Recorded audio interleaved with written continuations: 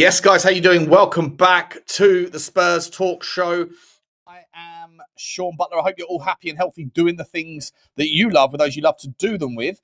Guys, please do me a favour. It's game day, by the way. Happy game day. The Champions League is back. I'm recording this and I'm going to be getting on the road towards Tottenham. Hopefully going to be putting out some content for you from up and around the stadium this afternoon and this evening. But in any event, guys, do me a favour. Smash the like button like you always do. Your like game is always sensational with you lot. We love you. We love you for doing it. Hit the subscribe if you haven't already.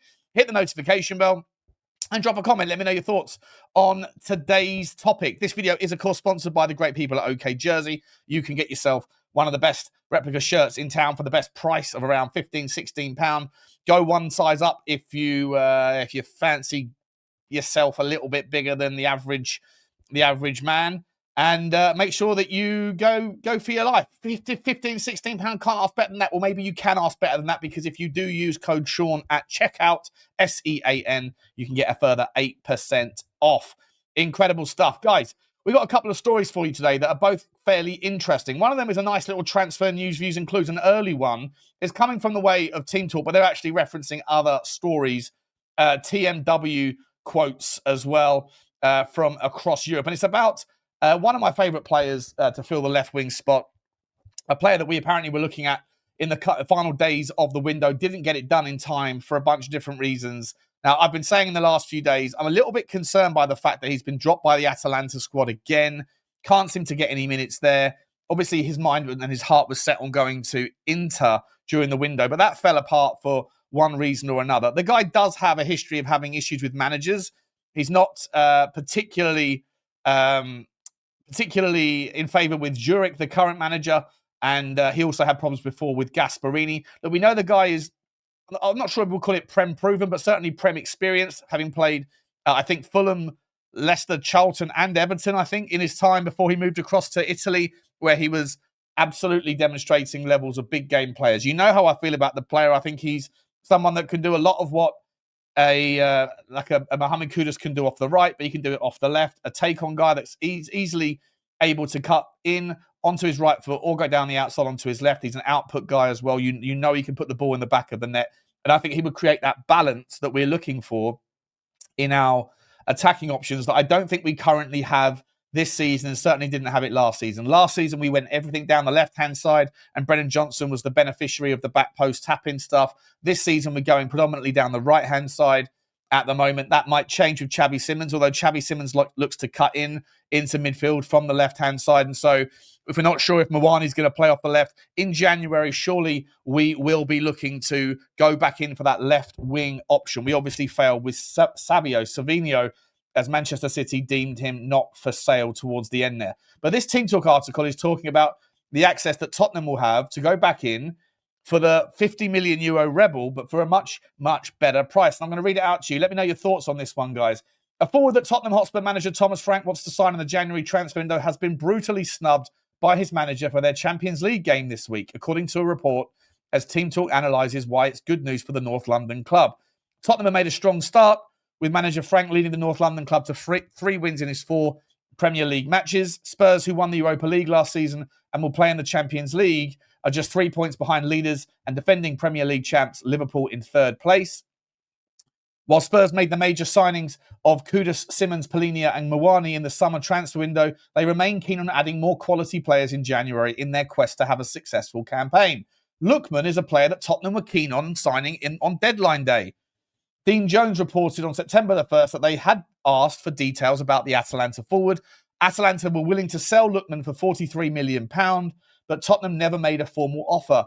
Tottenham, though, are still interested in the former Everton forward, with a report last week claiming that Spurs manager Thomas Frank is a big admirer of Lookman and is quietly confident, quote unquote, that the North London club will be able to get a deal done for £20 million in the January transfer window. Lookman wanted to leave Atalanta in the summer of 25 and abandoned training for 2 weeks.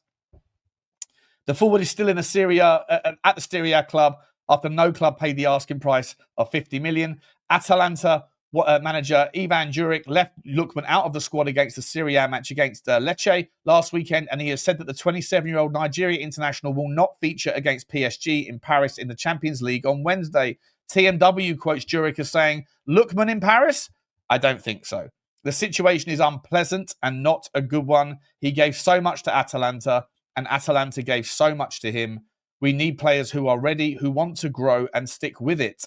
We'll see in the future."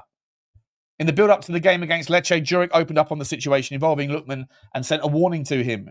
He said, "A truly unpleasant and difficult situation. As a coach, I felt that we needed other things. Spirit, humility, passion on the shirt." Jeez, not a nice outlook, not a nice way of representing him. "We need to do better and also take responsibility. You need a sense of belonging. I have a very good relationship with Lookman, but I shouldn't have to beg him to play. It works the other way round. We are Atalanta and he represents the city. We need what Atalanta represents: hard work, humility. These are different values. I shouldn't have to plead to anyone. We're all convinced that Atalanta needs strong values on a personal level." Lookman has been one of Atalanta's best players over the years, with his 52 goals and 25 assists in 118 appearances, demonstrating his own personal growth as a footballer, as well as the impact that he has made on the Italian club. While it remains to be seen if Atalanta will eventually reintegrate Lookman into their squad in the coming weeks, Tottenham have received a huge boost in their quest to sign him in January. If Lookman continues to be ignored or not used from the start, if and when Juric eventually brings him back into the fold, then a bid from Spurs could sway the forward and Atalanta. Look, what I will say, guys, right? On this particular one, he is an absolutely incredible player. He really is a fantastic player, right? I love him. I think his output's fantastic. I say his take on specialist, his strength. He's put on weight since he left the Premier League, and he's sort of feisty as well. But he's quick. He can do everything you want. However, Thomas Frank said he has a no dickheads policy, and we know that that's important, right? You need people pulling in the same direction. And according to Juric, and by the way, it wasn't dissimilar with Gasperini as well, the previous iteration of management over at Atalanta, that you can separate the player from the person, and maybe the person is someone who thinks he's better than the rest, who, when he had his heart set on Inter, just put his feet up, threw his toys out of the pram. And look, we've seen that happen in the Premier League this summer. We've seen it with Gyökeres doing the same thing to force his move. He ended up acting like a bit of a baby at Sporting, but he's got his move and it's worked so far. He's doing well. He started his time well in the Premier League. Obviously, we saw with Alex Isak, a player that was adored by the Newcastle fans, and suddenly a bigger team comes calling and he puts his feet up and forces the move. We haven't seen him yet for Liverpool, but you can only imagine he's probably going to come out and hit the ground running. So I don't necessarily want to kind of cut our nose to spite our face here, right? As much as the left wing situation is in my opinion, the most saturated position in the game for talent, because the majority of players that are attacking are right-footed and like to cut in that kind of wing forward role. So there's a never-ending stream of talent out there. But Tottenham wanted Savio and we couldn't get him. Tottenham also looked at Malik Fofana and he stayed at Lyon in the end. Is there a danger of bringing in a player who, is going to act up in the future? As I said this before with regards to the Isak story. Like, if you're a Liverpool fan, do you park all of that kind of petulance and go, well, he's only doing that because he wants to come to us. He wouldn't possibly do that to us in the future. Well, I don't know, once bitten, twice shy. I really do like Lookman, and I'll trust Tottenham's and Thomas Frank's take on this. If they think they can get the best out of him, if they can go in for him, then so be it. I'm on board it. But I do think that there is a concern there, and we have to sort of chew this over as to whether or not you, as a fan, are happy with bringing someone in who has been literally represented as arrogant, as not willing to play for the shirt, interested in himself, and essentially, refusing to play, which isn't nice. No one put the bid in for 50 million euros for him on deadline day. They could have got him if they wanted to. I'm sure he would have come to Tottenham if the offer was there. Inter Milan pulled out. I don't know the reason why Inter Milan pulled out. Did they get wind of the personality thing and think, maybe I don't want to touch that with a barge pole? Not sure. The other concern, though, is I know it's team talk, so forgive me on the sort of caliber of the journalism here, but let's just run with the story. If Thomas Frank thinks that they can get a bargain price of £20 million, then Isn't that similar sort of vibes as to what happened with Eze? Right, everyone was saying no one's going to pay the release clause. No one sees Eze as being priced at 67 million or whatever it was that he ended up going to Arsenal for. And then things happen and certain teams just go, you know what, we need someone, just pay the money, it'd be worth it in the end. And that's how we missed out on Eze, because we assumed that our owners' vibes on the valuation of the player, and according to all reports, most others that felt the same way, therefore meant that no one would pay the money. If you're expecting that price to drop from 50 million euros to something like 30 million euros, don't you at the same time potentially open the door up to being gazumped again by teams with bigger brands and just as healthy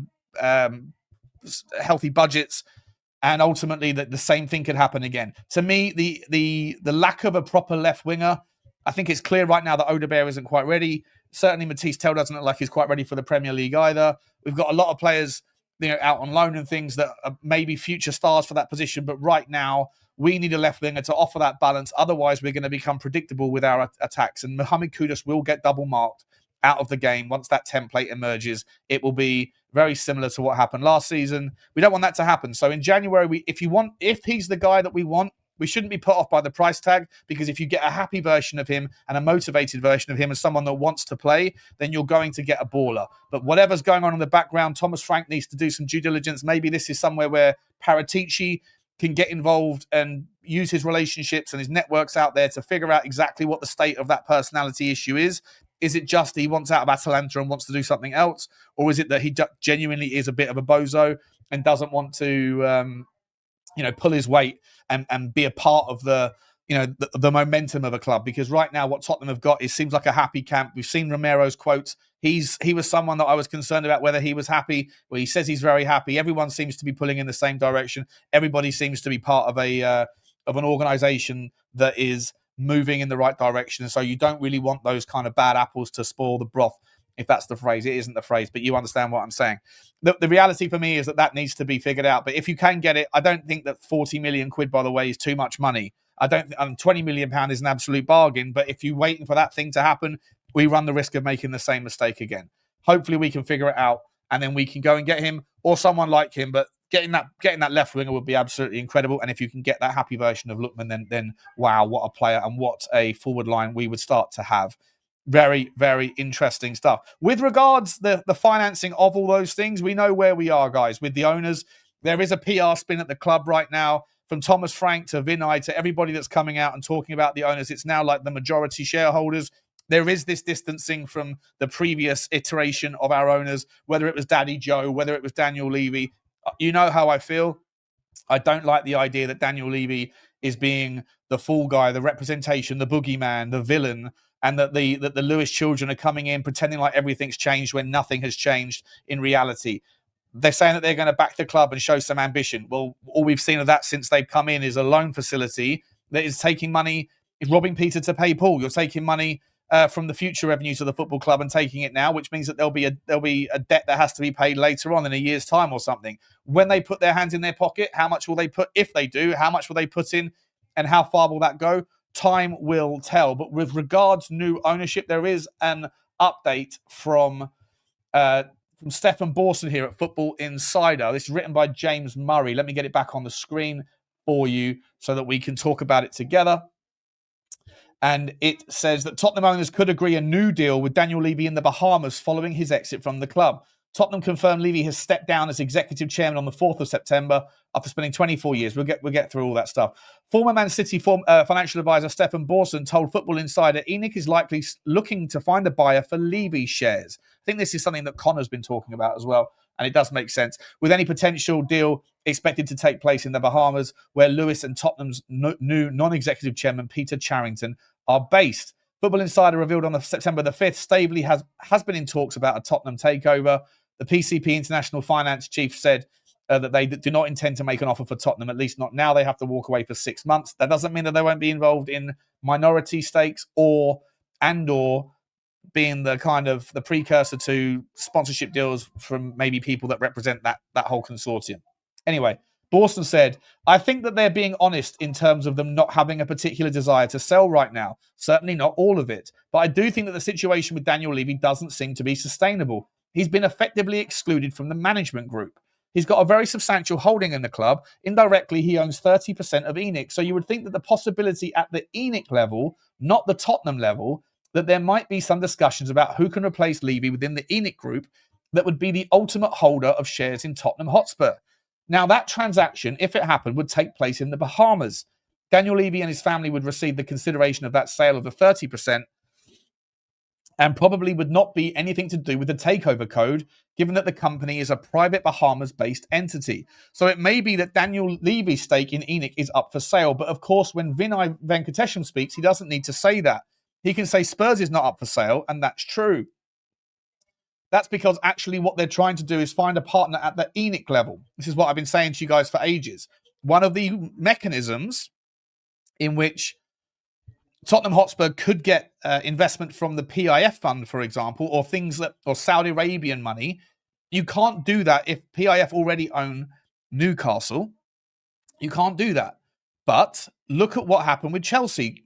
PIF fund are an indirect owner of Clearlake Capital, who are an indirect owner of Chelsea. And so one of the mechanisms and the walkarounds of getting into Tottenham Hotspur, if you come from a region in the world that already has a conflict with another club in the Premier League or in Europe, in the case of Qatar, for example, would be to put the money in at the ENIC level, not at Tottenham Hotspur's level. And in so doing, you can make that investment slightly one standard deviation away from the direct ownership. And therefore, by proxy of that, it looks very similar to what's going on with Chelsea and Clearlake and Newcastle and all those sorts of things.